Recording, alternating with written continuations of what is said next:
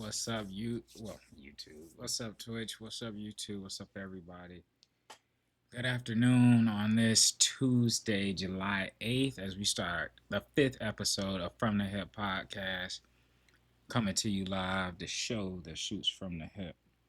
Um, as y'all know, it's dead month for sports, so like you're kind of grasping at straws, trying to figure out what's going on with sports. Obviously, you have more going on in the NBA than NFL. There are a couple of NFL training camps that start this weekend, which will be interesting for everybody. Why is there another mic on here? What the hell? What the hell? That one's gone. Okay. But yeah, there should be let me make sure the teams. I don't want to mislead y'all, but I know there's two NFL teams that I know one of them is the Chargers. I think the Chargers start this Friday or Saturday, they report. I think it's the Bucks. Let's see. Teams starting training camp this week. Let's see. Okay. How y'all been doing, man? It's been a hell of a few days, I should say. I'm about to say lovely. Hell of a few days. Yeah. Let's see. Let's see how we're looking. So, 22. What's this today? The 8th? Why did he not do this by? You know what? I'm not even gonna flip out. You know, I was about to say something. Hold up. Let me see. So the Chargers. Are we going to order? We start on the 19th. Dad's birthday, ironically. Let's see. Okay, here we go. Chargers start on the 12th. Yeah, so they start. What day is that? That's Friday. No, that's Saturday. They report on Saturday. Well, the rookies do. The rookies report on Saturday for the Chargers. And there's another team in there. The Raiders is next week. And a lot of teams are going to start reporting next week. But, oh, look, the Giants. The Giants report next week as well. Next Tuesday. Next Tuesday, they report. 49ers report. Seahawks report. Let's see. Dolphins report. Okay.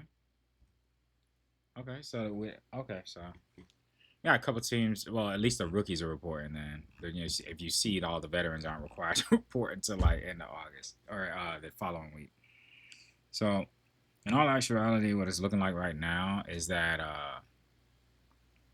you know, you got to get those rookies in there. This is a long. I could not imagine being an NFL rookie, bro. I could not, bro. This is the longest period of playing football they've had in their entire life for sure. Guaranteed for sure. This is their longest period in life. Because you go from, let's see, college football playoffs and stuff like that usually happen around New Year's and things like that. So that's the end of December. From there, you bust out in January. You're trying to figure out if you want to declare for the draft, if you want to be a part of the draft, if that's, you know, the route you want to go. Another, you know, stint in college. What is it that I want to do? So once you got that figured out, or you already made that decision, you know, mid-season or whatever, go through January. You kind of get a semi-free month, but you're, you know, still trying to make sure that you're getting yourself NFL ready. You got to get things set up because right after the football ends, we go straight into draft season, free agency, all those different type of things, combines, workouts, private workouts. Teams want to test this, test that, measure this, measure that, all the time. Until you get drafted at the end of April. Then you get drafted at the end of April and you get like a 2 week break, rookie training camp, get another 2 week break, and voluntary, the OTAs. Then you get, this is your longest break. I think it's like 3 or 4 weeks. They get a good little stint right here where they're, you know, chilling or whatever. But then you also go straight into training camp. From training camp, preseason, the whole rest of the season. And then you finally get a break as a rookie at the end of the season if your team did not make the playoffs. You made the playoffs, you playing until February. February. Well, January for sure if you make the playoffs. February if you play in the Super Bowl as a rookie. So that's you know shit.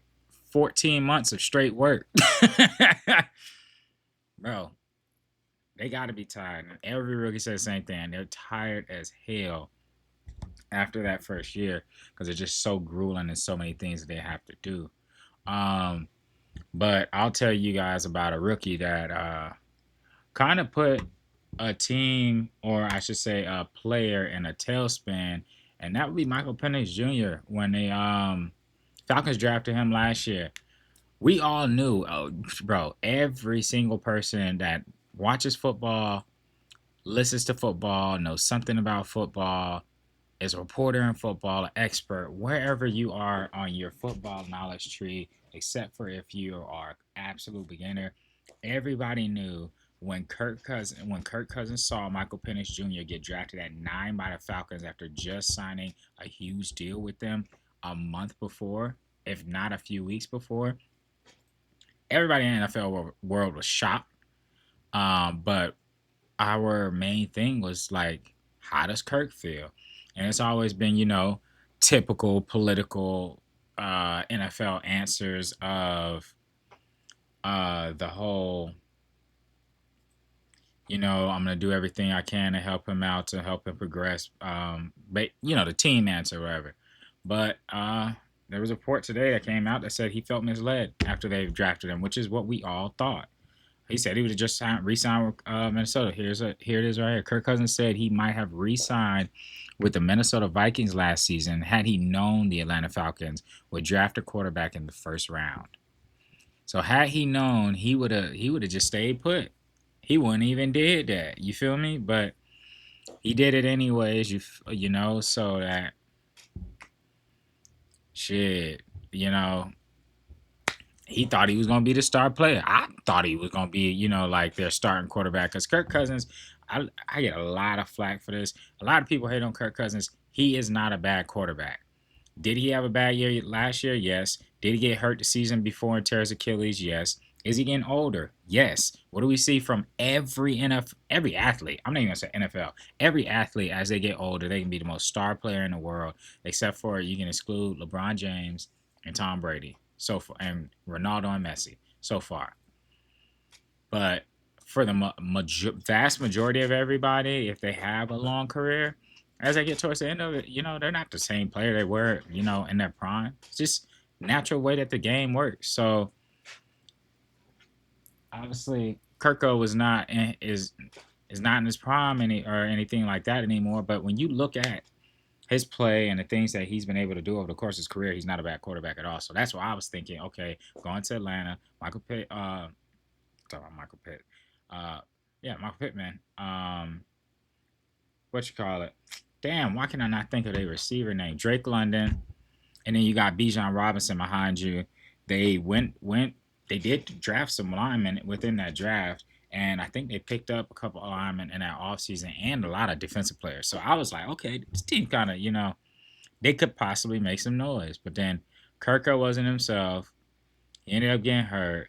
Michael Penix comes in, and everybody loves him. So obviously he's going to be their starting quarterback this year. But let's read what Kirko had to say. For the first time publicly, Veteran opened up. Yep. Cousins said he felt a little bit misled when the Falcons took him. Yep. I want to see what he actually. Cousins said he was aware the Falcons might draft a quarterback, but definitely not that high. He wasn't informed about the Penix pick until a phone call by offensive coordinator Zach Robinson while Atlanta was on the clock. Okay, I want to say something before we get to this next paragraph here. You are a player on the football team. You just got signed a month ago. I do not need to come to you and tell you what it is that we plan on doing as your boss. I ain't got to. You know why? Because plans change. I'm pretty sure when they picked up Michael Penix Jr., it wasn't, immediately that, or when they went into the draft, I don't think they were thinking about Michael Penix Jr. that early until I would say probably about maybe 2 weeks before the draft. at the most 2 weeks before that draft. Because you still have your top 10 visits and all those different type of things. Teams are still working you out. They want to see you. They still got to come down to all their film. Make sure the big board is completely set up. All that stuff is done. So I'm thinking more than likely the Falcons probably sign them and then realize, you know what? We already know that we want to get a quarterback because Kirk Cousins is old. Why don't we just take the best one available when it comes up to us? And the reason that we're going to do that is because there is one unexcusable thing in the NFL is that your team doesn't have a quarterback. And it's a very unexcusable thing is if your quarterback is struggling, you have no quarterback, or you just signed a quarterback that is aging, for you to have a quarterback that is good, like Michael Penix Jr. is on the board, and you don't take him. Even if he has to sit a year behind that, newly signed, older veteran, starting quarterback that you guys don't like, whatever it may be, or your fans don't like, even if he has to sit a year or half a season or a couple games, or whatever it may be, that's fine.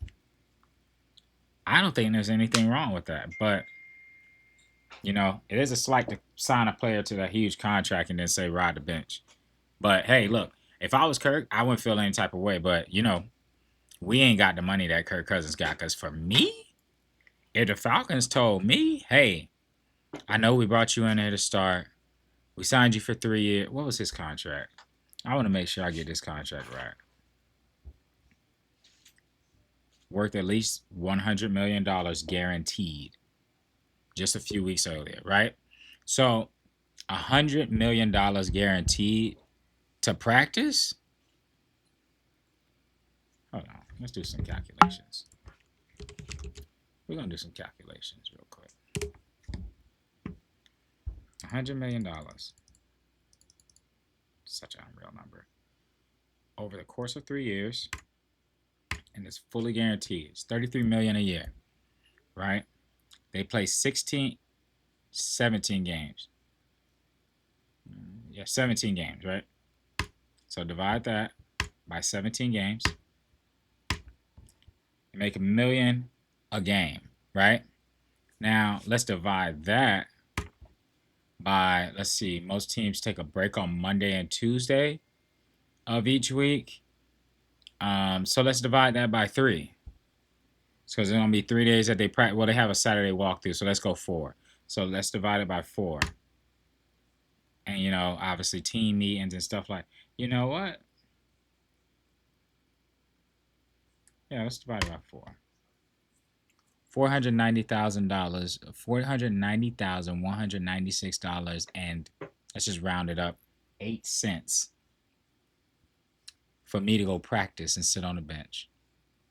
But this is just for me to go practice. That's just for me to go practice. But then when I play in my game, I make $1,960,784.31. And 31 cents. You make that amount of money to sit on the bench? Hey, look, man, I sit on that bench. You feel me? I'm sitting on the bench. I ain't even gonna complain, boy. For what? I ain't gotta get banged up. I ain't gotta get hit, and then all I gotta do is make sure I practice, make sure I get myself together, know the game plan, and I'm ready to go if my number is called. I'm taking that every day of the year. I'm taking it every day of the year. And if I'm a veteran, I'm sitting there and coaching that young boy up. Hey, make sure when you drop back, hey, you got to get your feet set and releasing that ball as fast as possible. You don't want to get hit by the defensive lineman. Really what I'm saying is, hey, bro, I need you to get that ball out. Don't get your ass hit because I'm really not trying to come in the game. I'm making this work. You feel me? You know what I'm saying? So, like, why would anybody complain about that? That's just me personally. But let's read what he had to say. Certainly, if I had the information around free agency, it certainly would have affected my decision. I had no reason to leave Minnesota with how much we loved it there. If both teams are going to be drafting a quarterback high, but I've also learned in 12 years in this league that you are not entitled to anything. It's all about being able to earn your spot and prove yourself. I love that. I love that. So he took it as a slight, but he was like, you know what? That's competition. Let's make it work. They didn't. But he was like, man, I would have just stayed put in Minnesota. But Kirko was diamond shit. And let's look at Kirko's stats in in Minnesota. He was dying. He was doing his thing. And y'all remember he had the chain on?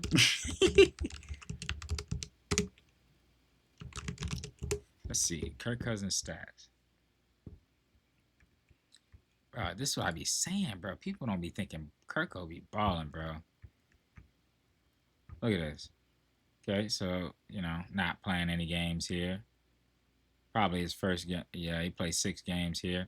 Then when he started starting, look at this. 4,100. 4,100, 29 touchdowns, 11. I can name you starting quarterbacks right now that won't get that. Look at these numbers, bro. 25-12, 27-13, 30-10. And then watch how the numbers just keep getting better. 3,600, 26-6. I'm looking more so like this interception stat. How are you doing touchdown to interception ratio? And he's going crazy.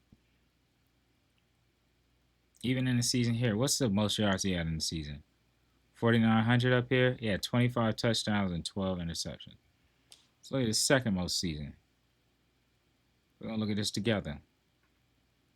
4,500, 29 touchdowns, 14 interceptions. You can't beat that. He's not a bad quarterback. He's just not a bad quarterback at all. So I can understand why he would want to say. And also, you got Justin Jefferson.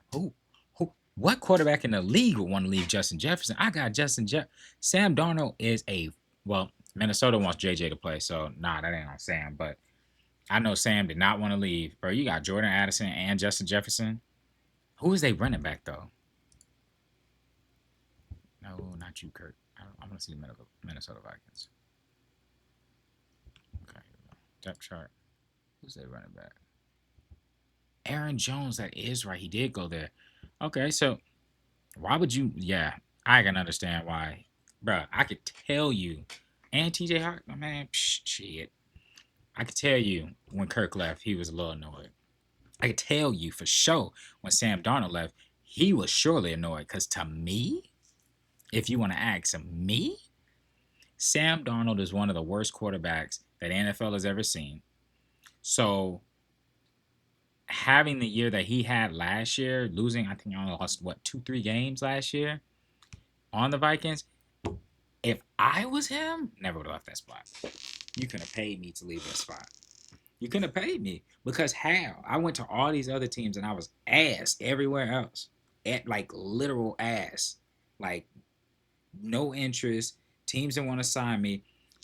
For some reason, teams kept giving him a second chance. Makes no sense. But for the most part, teams didn't want to give him a second chance or any of those type of things. Like floating around the league, bro, I would have just stayed there, bro. Even if, bro, J.J. McCarthy came in as a rookie and got hurt. So even if y'all want to put me on the bench, you can re-sign me to be on the bench. What I'm looking for at this point, where he is in his career, he should be looking to win. Not looking at what his numbers going to be. He should be looking to win. So I would, if I was him, I would have sat behind J.J. McCarthy. You guys already know me. I played for y'all for a year. So y'all already know what I bring to the table. So if JJ doesn't have it on or he gets out there and gets a little flustered because this is his rookie season, then, you got to back up. But also, we also seen JJ tear his ACL, I think it was. And he's coming back from that this year. So with that being said, why not go ahead and re-sign him? You feel me? Like, I would re-sign if I was him. I would have took the cash. Feel me? Be on a team where we could possibly win. Shit, me. Yeah, nah.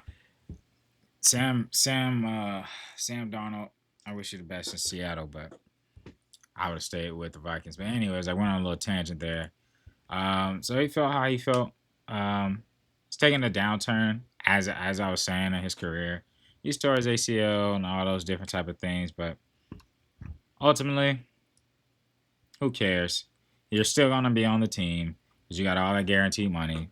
You're still gonna sit on the bench. You're still gonna get all this cash. Like, bro, ain't even no reason to even feel bad. You're not even in a bad city. You're in Atlanta. I mean, Atlanta ain't the safest city, depending on where you at. But it's not a bad city. People are chill. People are cool. People are nice there. So, yeah, look. Michael Penix, Kirk Cousins. Oh, Look at your contract. Do they show contracts on here? Splits? No, that's not it. I don't think they show contracts on here. I would, but you know what I'm saying? Like, bro, you've played how many seasons? Oh my God, you were drafted in 2012. My guy, it's been 13 seasons that you're in. You're going into your 13th season. Bro, pack it up.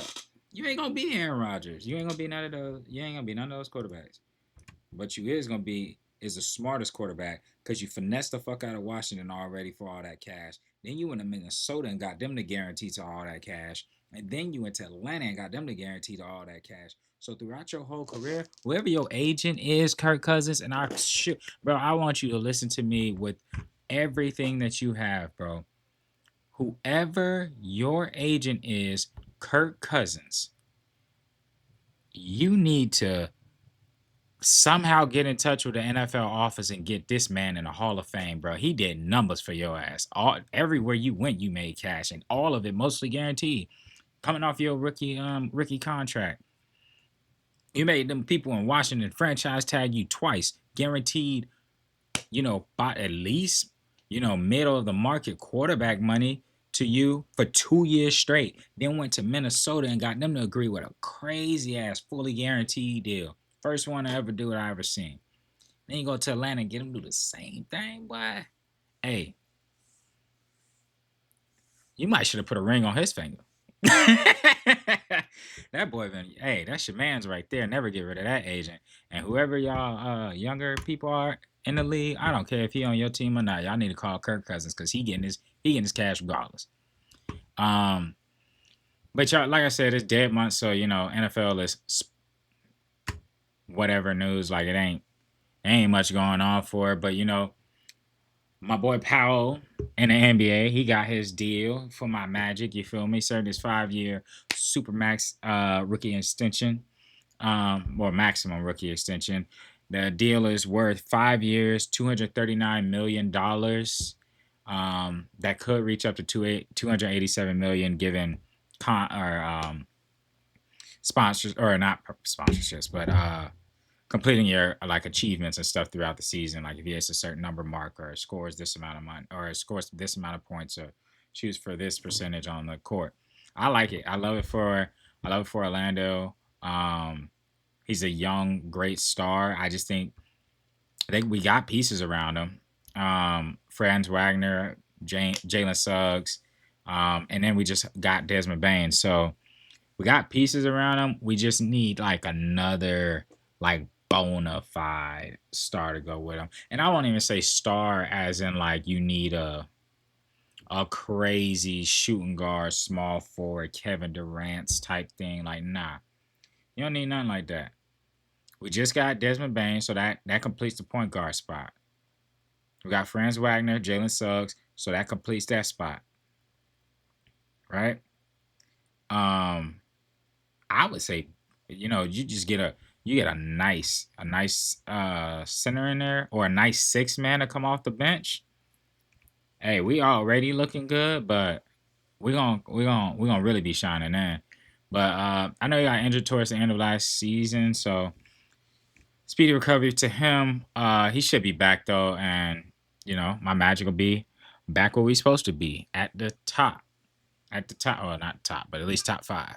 Um, but yeah, we'll be back in the playoffs next year, better than ever.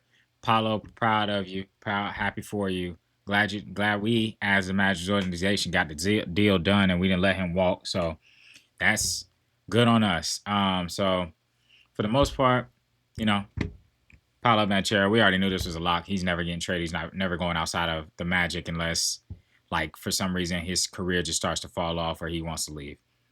That's the only way I see Paolo leaving. Outside of that, if it's in the Magic's hands, he ain't going nowhere. For his whole career, he'll be there. He'll be there the whole time. Or at least until he's old and his legs are starting to go. Guaranteed. It's going to be like, nah, because Bron chose the lead. It's going to be like Kobe. He's going to be like Kobe for the Magic. Hopefully, they don't do that same shit they did with Shaq or with Tracy or with any of them players, like stupid ass shit. Hopefully, they keep them, but we shall see. While one guy took a contract, another guy did not take his contract and actually kind of just put his team in a fucking hot seat. We got Nick, Joker, Jokic, is up for a contract, and he's supposed to be doing contract extension talks with the team this summer. He told the team, "I'm not doing no contract talks this summer. We're gonna push it off to 2026." Kind of put your team in a hot spot because it sounds like y'all better show me something, or we're not going to, I'm not going to be on this team no more. He's already said they want a championship. And they said, "What's your next thing? Or how do you feel? Are you so happy about winning a championship?" He said, "All I want to do is go back home on the farm. I just want to go back to the farm." He just want to go back to his horses every offseason. So the nigga, he don't care. And y'all already paid the man money. He's won MVPs. He's won a championship. He ain't got nothing to lose. So he kind of put them in a hot seat because, to be honest with you, Denver's a really good team. They play well. They've played well within this like finals window like that they have open right now. Not as well the last 2 years, I would say, but for the most part, Denver's a great team, but they do have a couple holes, and those holes have been exposed. A team that just won a championship, what was it, 2-3 years ago, and now they fired the head coach last year, so there's definitely something going on there that they need to figure out. Um, but for the most part, it's Jokic. He's gonna be on their head top the whole time. So, hey, Denver organization, good luck to you. Sad news for everybody, and my young bull, what the hell, Halliburton is gonna be out for the entire next NBA season after tearing his Achilles in the finals, bro. Last game of the finals, tears his right Achilles. Pacers president confirmed will be out for the entire next season to get himself back healthy. Man. Fast healing to you. What the hell? Need you back. Need him back. I feel like basketball is good when the Pacers are good. There's a couple of teams that the game itself gets better when they get good because they play a certain way. Like, I can't wait. Like, Detroit's getting there a little bit right now, but when Detroit fully get there, Detroit is rough. And you going to play rough when you play for the Detroit Pistons. That's how they've always been. So to have them have these years where they just haven't had the players. They just haven't had the players. And now they do have the players. Could use a couple more pieces, but for the most part, have the players. When Detroit gets good, I guarantee you this league gets real fun. It's going to be Detroit. It's going to be LA. It's going to be Indiana. All those different teams like that. Boston. I hate Boston, but you got to put them in there with one of the classics. Miami, when Miami is good, the game is good. You know what I'm saying? So, like, it's just certain teams that, like, if they play good, the game gets good. Like, for the NFL, when the Oakland Raiders or not Oakland, with the Las Vegas now, but the Las Vegas Raiders are actually good, the NFL is on fire. You know why, though? Because every other team I feel like you have in the NFL, there's and in the NBA, because you have your what you call small market teams or whatever. I feel like if you put it in layman's terms, the Las Vegas Raiders live in the hood. You feel me? They live in the hood. Now, historically speaking, they don't live in the hood. But if you're talking about like current day speaking, they live in the hood. Then you got a couple teams that live in the suburbs. You feel me? Like they're somewhat good, but they're not that good. That's your shoot. Let me give a perfect example. I want to make sure I give a perfect example. That should.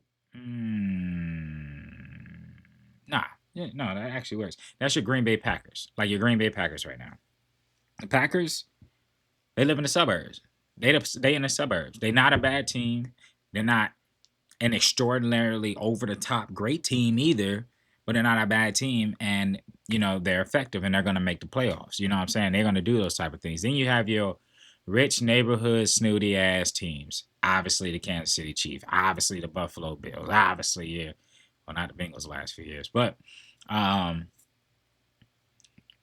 you have your different tiers, and I feel like the Las Vegas Raiders are, they're in the hood, like with us. We're a small market team here in Jacksonville. We in the hood. We in the hood. We know we in the hood. But when those teams that's in the hood are doing good, the whole league is on fire because everybody's like, "What the? We've been seeing the same teams for the past few years, and now these boys up in it, and it feels like every other hood team that you could think of that you probably call sorry. So like, if the Vegas Raiders are doing great, the Jags end up doing great. The Panthers may end up doing great. The Bucks are much better now, so I won't say anything about the Bucks. But like those teams that you don't that the league will deem as small market teams do a lot better. Um, but yeah, it's the Pacers, the Detroit Pistons, teams like that are like hood teams for the NBA.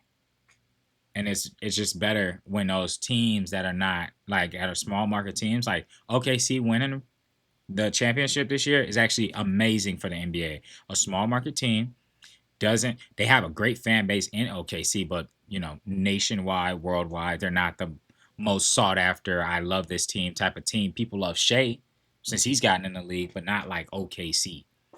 OKC started coming along, and people started loving OKC. You feel me? Like, and it's just exciting when those teams like you had OKC and the Pacers battling out. That's two hood teams, bruh. That's two hood teams, two small markets, and it was a great series. Just sucks to see that one of the best players in the series will be down and he's not coming back next season. Um, Sucks for the Pacers, because you want your star players, you want your best players out there at all times. But the old adage always is the best ability is availability, and if you ain't available, it's tough for your team, man. It just gets real, real tough for your team. Um, the Spurs acquired Kelly Olynyk, but Kelly Olynyk, I think, has been a disappointment to everybody. So I ain't even no reason to even touch on that too much. There's a UFC event coming on this week. It's a fight night that includes one of my favorite UFC fighters, Derek Lewis. That should be fire. I'm hoping it's fireworks, and I hear some funny shit from him. He's a heavyweight fighter, big black dude. He's lost his last few fights, if I'm not mistaken. He's lost his last few fights, but yeah, for the most part, that fight card is going on. Let's see, UFC fight night. UFC, yeah, Lewis and Textera.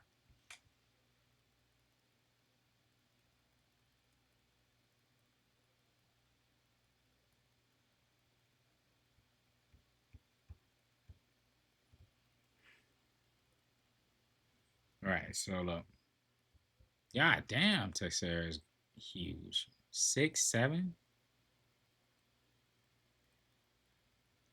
Either way it go, this should be fireworks. I will be watching that fight card. And ladies and gentlemen, it's free if you have ESPN Plus. Prelims will be, yeah, ESPN Plus. This should be on there. So this will be on Saturday. Definitely watching.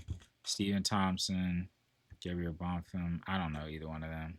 I'm gonna just stop at the fighters that I do know. Austin Lane, ex Jaguars player. He's fighting. I like that. He's 13-6. I know he had came here for fight night and he was the first fight and everybody in Jax was so hyped for him. The arena was going crazy. And I think it was like the first 40, 50 seconds of the fight. He got poked in the eye. And they had to stop the fight. He got poked, or no, he didn't get poked in the eye. He poked God, I can't think of his name. I just saw him. The dude that does a shoey. He poked him in the eye. So bad that like dude couldn't open it. He was literally bleeding out his eye. It was bad. Like he poked it bad. Um, yeah, the rest of these people I don't know, so it's exciting for me. And I recommend this for anybody that loves UFC or fighting combat sports. For me, I can tell you more about the UFC, but if you really like, UFC, watching the fight nights allows you to gain interest of like the new up and coming fighters. Definitely recommend it for anybody that either wants to get into the UFC or has been watching it and want to know who the up and coming fighters are. That's how I was able to call out Taporia was going to be a champion before anybody knew who he really was. But I did see some interesting videos today that I did want to bring up. Oh, craziest headline I saw today. This shit had me dying on the floor. ML Football puts congrats to former Heisman winner and devout Christian Tim Tebow and his wife, former Miss Universe Demi Lay, announced the birth of their first child, a baby girl. A clap and a heart, congratulations to the entire Tebow family. And the graphic says, congrats on the sex. Bro, how does the graphic say congrats on the sex? Is crazy. Yeah, I saw that shit. That shit had me rolling today. We're just gonna go through some interesting things that I've seen so far. Let's see. Did I DM it? Did I DM myself? Usually I DM myself some interesting stuff.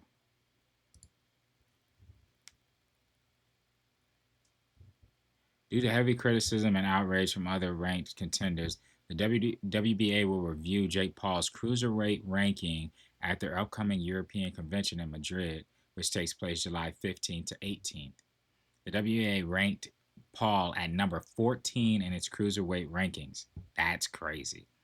After his lackluster win over Julio Cesar Chavez Saturday, Chavez wasn't ranked at all, and his notable win came in 2012.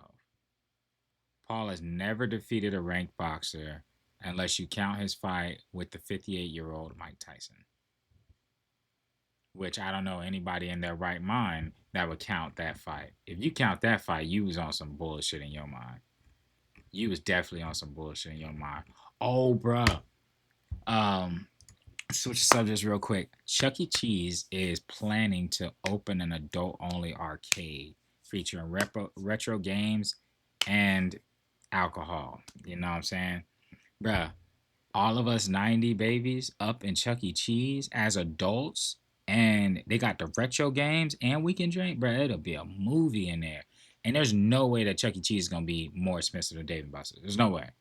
I know, it's kind of like a Dave & Buster's type thing, or this would be kind of like a Dave & Buster's type thing, but there's no way that you can, in your right mind, say that Chuck E. Cheese is going to be more expensive than Dave & Buster's. Dave & Buster's going to hit you over the head. Chuck E. Cheese ain't going to do you like that.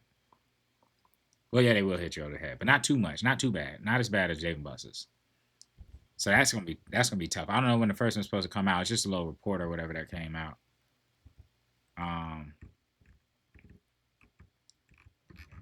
But like I said, this was gonna be a shorter episode. I am missing my co-host D, and a couple more of the gang. We're gonna go ahead and wrap it up here. Appreciate you guys for tuning in to the 5th episode of From the Hip podcast. Hope you like, comment, and subscribe if you're seeing this on YouTube. If you're watching this on Twitch, if you could drop us a sub or gift a sub to somebody else. Tell your mama, tell your friends, tell everybody, tell the dog. Come through and watch From the Hip. Till next time, love y'all. Peace.